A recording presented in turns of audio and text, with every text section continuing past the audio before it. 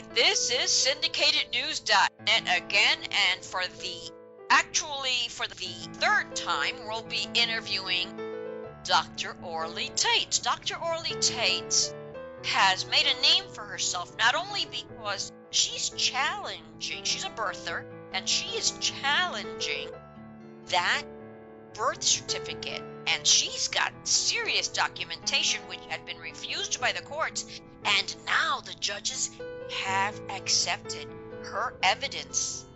It's been numbered and it's part of the trial material. So this is getting heated and it's getting serious. But also because in our first interview with Dr. Taitz, as it happened, we could not record. Nothing would work. All sorts of electronic interference. And in our second interview, which did go well, wouldn't you know it, her part of the conversation mysteriously just disappeared. We're calling these electronic or political coincidences. You be the judge. This is our third interview with Dr. Orly Taitz. Dr. Orly, are you with us? Yes, I am. Thank you for inviting me again. It was so nice to have you here. It's always very interesting. Tell us, what have you been up to? Because one of the most important things that I must preface before we say anything else is that in California, Orly Taitz is now the leading Republican candidate. So please go ahead. June 5th, we will have the first open primary in the state of California, where Dianne Feinstein, current senator, is going to be challenged in the open primary, and the top two candidates, regardless of party affiliation, will go to November election.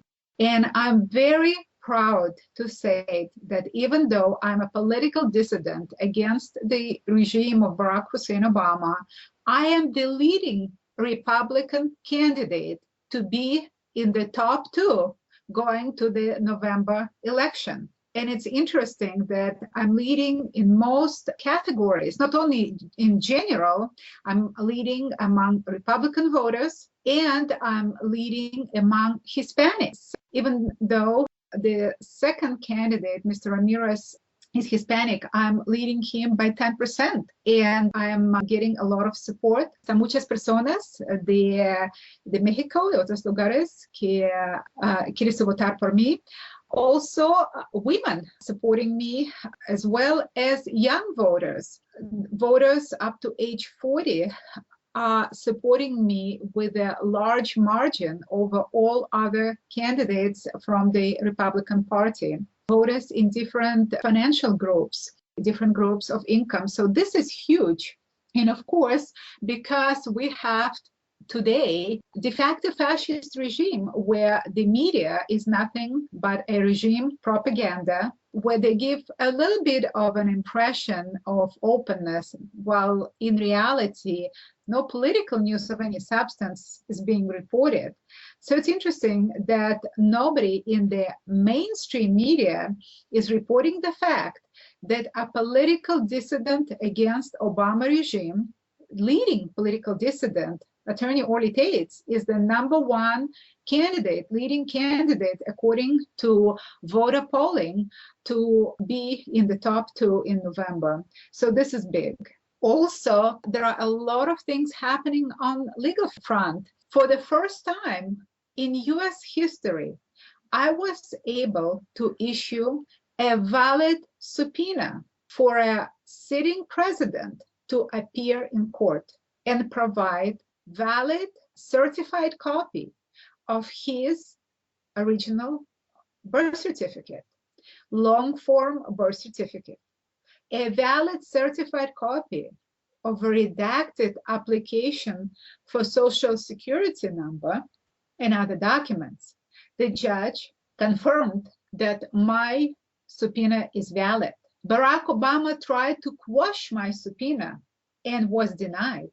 When time came to appear in court, neither Obama nor his attorney appeared in court, simply because they knew they have nothing to show. I brought 7 experts, among them a top deportation officer from the Department of Homeland Security, who testified that with identification papers like Obama, he would be seeking a warrant for his arrest and deportation. He testified that his birth certificate is clearly a computer-generated forgery and that he is using a stolen social security number. I had a licensed investigator who is certified by the Department of Homeland Security, who testified to the same. I had computer experts, scanning experts, multiple experts testifying to the same. We have a criminal in the White House. This is the biggest crime ever committed against the United States of America. This is the biggest crime committed against the people of the United States of America.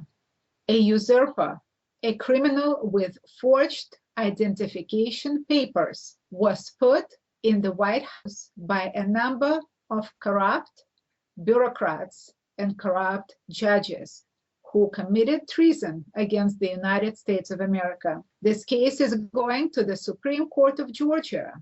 This case also will be heard next month in the state of Mississippi, where the Chief Justice of the Supreme Court of Mississippi appointed a special judge to hear my case.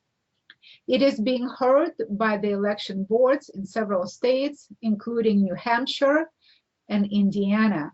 And I will continue until Barack Hussein Obama is not only removed from the White House, but until he is criminally prosecuted for the biggest crime he committed against this nation. Your listeners can follow Orly Taitz, ESQ.com. They can also forward my campaign on the website runorlyrun.com. That's runorlyrun.com. And you heard it here first. As you know, we're not political. We don't follow the Democratic or Republican parties. We don't promote them or say anything to denigrate them. We just don't follow religion or politics. But this is interesting, and you heard it here first. It's interesting. Orly, always keep us informed. Our phone is always open to you. As always, anyone who wants to Skype or challenge this, the address on Skype is Syndicated News. This is Orly Taitz on Syndicated News. Thank you very much, Ruthie. Muchas gracias, Ruthie. And I will keep you updated. Gracias. Muchas gracias.